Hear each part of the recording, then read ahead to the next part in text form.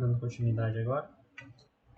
Vamos ver aqui o que a gente tem em seguida. Dimensionamento estabilizador horizontal. Você já viu aqui, não tem segredo, tá?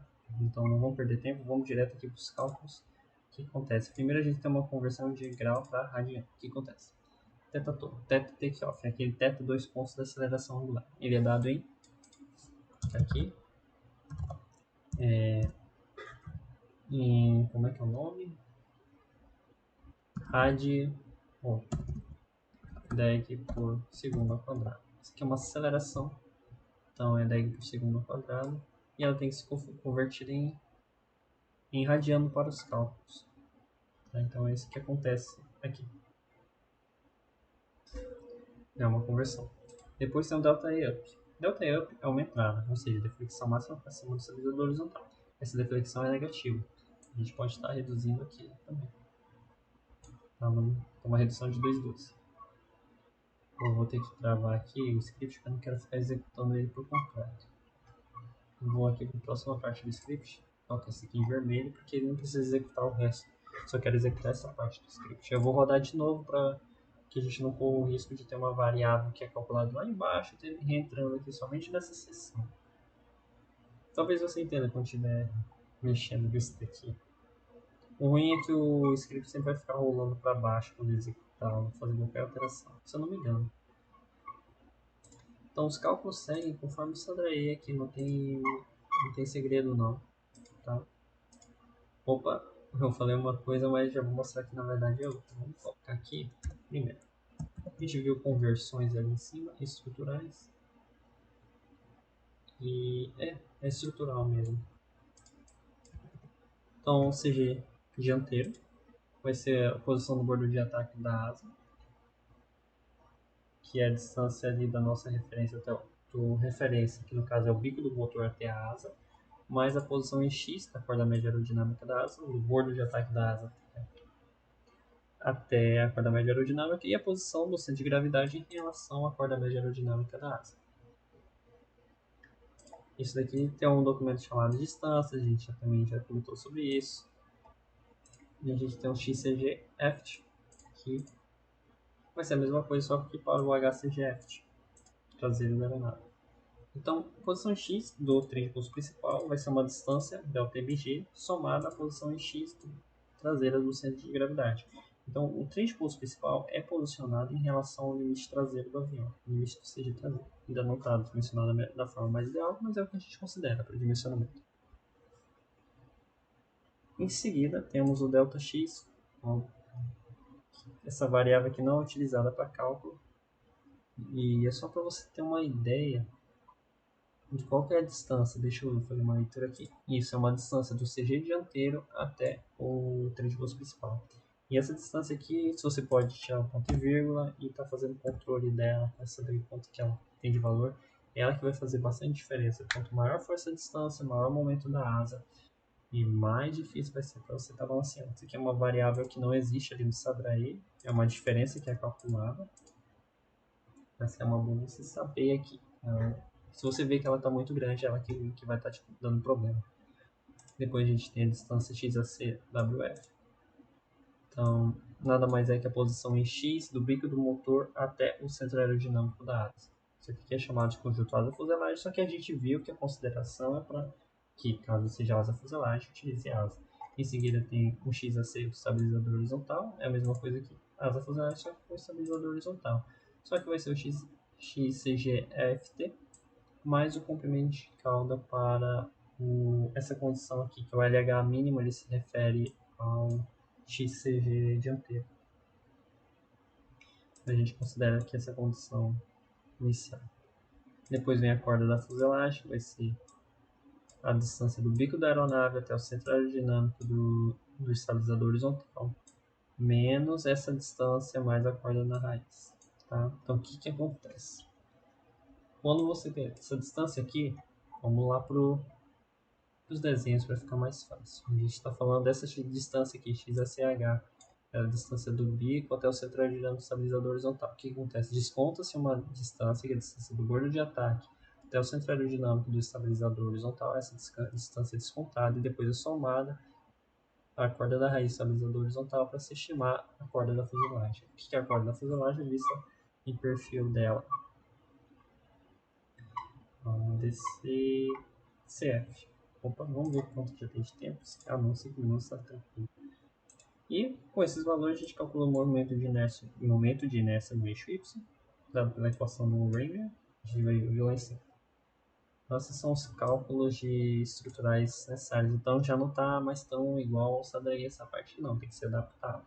Ele carece de algumas informações. Carece. Não sei se é a palavra certa, mas fica faltando algumas coisas aí e fica embaçado. Próximo, dimensionamento profundor. Resultados. Aqui, acho que a partir daqui a gente já começa conforme isso daí. Quase tudo. Então, saiu de lá. Vou colocar para cá. Qual que é a diferença? Tem o CLL0, que agora é calculado pelo Mirada. No outro daí, a gente calcula o CLC com base no peso que a gente vai estar decolando vai estar voando na nossa decolática. Só que para design, pelo que a gente viu pelo Miranda, tem que usar o CLL0 ideal para a decolagem. Depois vem a chamada constante de proporcionalidade. Aqui seja feito o cálculo do CD durante a decolagem. CD durante a decolagem é o CD0, aquele arrasto parasita, mais o arrasto induzido. É o arrasto induzido em função da sustentação. Fechando um pouquinho mais isso aqui. Beleza. E o CL da decolagem vai ser o CL ideal mais o CL do flap. Não tem segredo também. Se tiver flap, se não tiver, você coloca essa variável igual a zero. Mas ano passado e retrasado, caso 2020 2019, teve flap.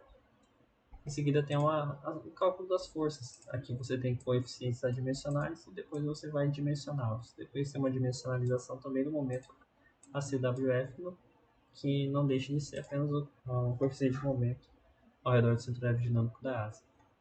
Em seguida a gente tem a força de atrito, que é μ. O μ é justamente o coeficiente de atrito dinâmico, que é o mTOL menos a sustentação de decolagem aqui.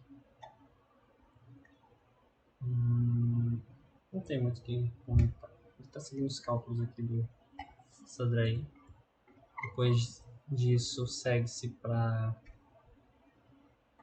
como é que é o nome aqui? Para aceleração linear, ou seja, a aceleração que o bico da aeronave está apontando. É calculada aqui, quantos metros por segundo ao quadrado. Tranquilo. Deixa eu ver quanto tempo, 7 minutos, beleza. Então, nos próximos passos, nós temos fazendo o seguinte: para o aerodesign, a linha de arrasto está alinhada com a linha de tração. E o que isso significa? Vamos subir aqui. No Sadrey, então, primeiro o que a gente vê? Que a linha de tração está associada ao posicionamento do motor e a linha de arrasto associada a um plano de simetria, uma posição específica da fuselagem. Para uma aeronave de grande porte, essa distância vai fazer uma diferença. Para o aerodesign, não. Então, considerar essas duas linhas alinhadas aqui já facilita o teu problema. Em seguida tem o cálculo de um ZCG tal, que é o quanto que o teu CG se desloca para baixo a ser adicionado carga. Então vai ser o seguinte: tu considera que teu CG está alinhado com a linha de tração, mas no momento que tu coloca a carga, aí o CG vai para baixo. Em que ele vai para baixo, você vai ter um momento.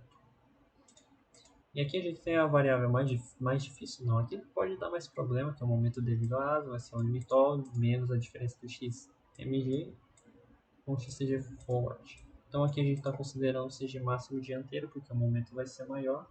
Então essa distância aqui, quanto maior ela for, mais momento vai ter. Então, quanto maior o limitol, também maiores vão ser seus efeitos, maior vai ser a complicação. Depois o momento devido ao arrasto. A distância da linha de arrasto até a linha do, como é que é o nome? Do trilho de curso principal. Aqui a gente vai ter um valor. CD vai ser igual a ZT. A gente vai ter um momento devido à tração, ZT menos MG. A ideia aqui de MD também. Vezes a tração estática, que é uma força. Depois tem o momento do conjunto. Não, esse é o momento. Então a gente tem a sustentação. Isso é o momento do conjunto asa-fuselagem. que é o LTO, calculado anteriormente, vezes a diferença entre xnx e ACWF. Depois tem o momento da aceleração linear. Também não tem mais segredo. Tem uma conversão aqui por centímetro das forças, depois calcula-se o momento total durante a decolagem. Desse momento total, calcula-se a sustentação do estabilizador horizontal e faz a dimensionalização dele. Esse processo também descrito aqui são os momentos todos que são gerados pelos componentes da aeronave. E aí a gente calcula o seguinte, o que ele está dizendo? Ele calcula todos os momentos que são gerados por todos os principais componentes da aeronave. Depois ele pega esses momentos, joga aqui na sustentação do estabilizador horizontal e calcula quanto de sustentação você tem que ter durante a decolagem para suprir os teus, para contrabalancear esses momentos e conseguir rotacionar embora. Então aqui você calcula a sustentação. Com essa sustentação você consegue calcular o coeficiente de sustentação associado a ela. E ao VL0 ainda. Bom, não lembro ao certo o que é feito aqui. É calculado alguns ângulos. O epsilon é o ângulo de downwash nessa condição, o epsilon deu zero. Aí, em questão de você dar uma estudada lá e ver o que é cada um dos valores. Em seguida, tem o cálculo do ângulo de ataque do estabilizador horizontal.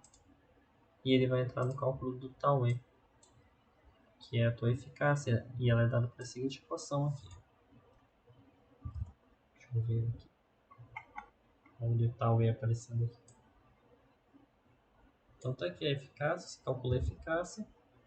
E a partir de uma resolução simbólica do MATLAB, ou seja, você tem o tau E, e você tem a equação que está lá em cima,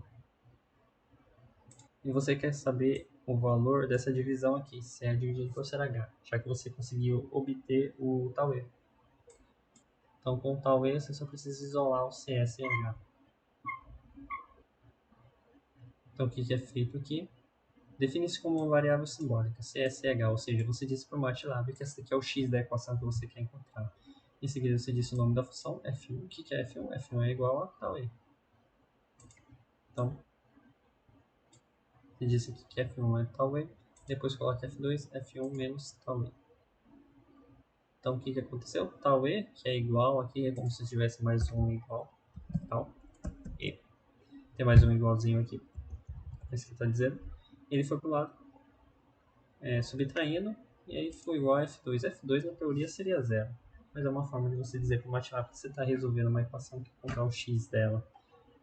E aí você utiliza a função solve para poder estar encontrando o valor da função f2. Depois você converte para double, você tem uma variável simbólica, aí você não consegue obter um resultado numérico ainda, aí você converte para double, você tem um valor numérico. E aí tem a correção em seguida. Se a sua razão de corda for maior ou igual a 0.5, a sua razão de corda vai ser igual a 1, então a tua E vai ser igual a 0.9. Também esse segredo. Eu coloco aqui o print da distância do CG dianteiro até o trem de pulso principal, porque quanto maior essa distância, que maior vai ser o momento da asa, mais implicações negativas vai ter durante o dimensionamento. E também tem um print aqui para a razão de corda resultante, CSH. Vamos brincar um pouco aqui. Peraí. Então, fechou 13 minutos. Termino aqui, a gente dá continuidade.